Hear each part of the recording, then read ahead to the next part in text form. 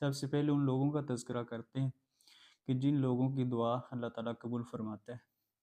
نبی رحمت صلی اللہ علیہ وآلہ وسلم نے فرمایا کہ 3 آدمی ایسے ہیں جن کی دعا اللہ تعالیٰ رد نہیں کرتا۔ فرمایا دعوت الوالد یدعو لولدہ، جو والد اپنی اولاد کے لیے دعا کرے تو والد کی دعا اللہ تعالیٰ رد نہیں کرتا۔ تو اگر آپ بحیثیت والدین ہیں، اگر آپ بحیثیت والد ہیں تو آپ اپنے بچوں کے لیے دعا کر سکتے ہیں، ان کے مستقبل کے لیے، ان کی پریشانیوں کے لیے، ان کے معاملات کے لیے، بلکہ ان کا نام لے کر اللہ کے سامنے دعا کیا کریں۔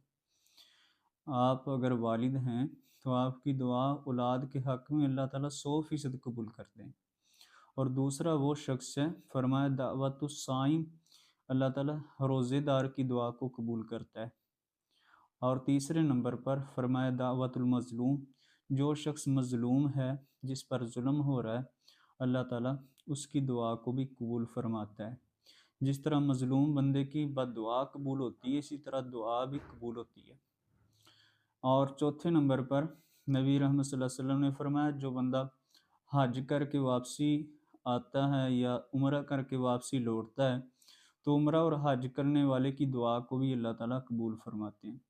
اور 5ویں نمبر پر جو بندہ مجاہد ہے، یعنی اللہ تعالیٰ کے دین کے لیے، اللہ تعالیٰ کے دین کے پرچم کو بلند کرنے کے لیے، اپنی جان نچھاور کرنے کے لیے گھر سے نکلا ہے، اللہ تعالیٰ اس کی دعا کو بھی قبول فرماتا ہے۔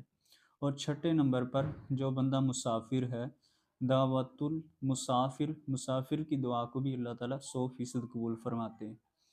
تو یہ وہ لوگ ہیں جن کی دعائیں اللہ تعالیٰ اپنے ہاں قبول فرماتے ہیں۔